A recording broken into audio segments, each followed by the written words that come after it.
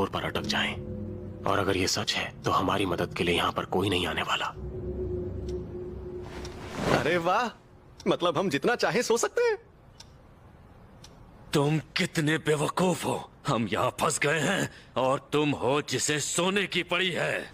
इसकी क्या गारंटी कि हम फंस गए हैं? ये भी तो हो सकता है कि ये मजाक हो। कोई रास्ता मिल जाए तो उठा देना। ये बेड बड़ा कमाल का है, इस पर नहीं सोए तो क्या सोए। उस डेविल को थैंक यू कहूंगा, उसकी वजह से मुझे ये मौका मिला।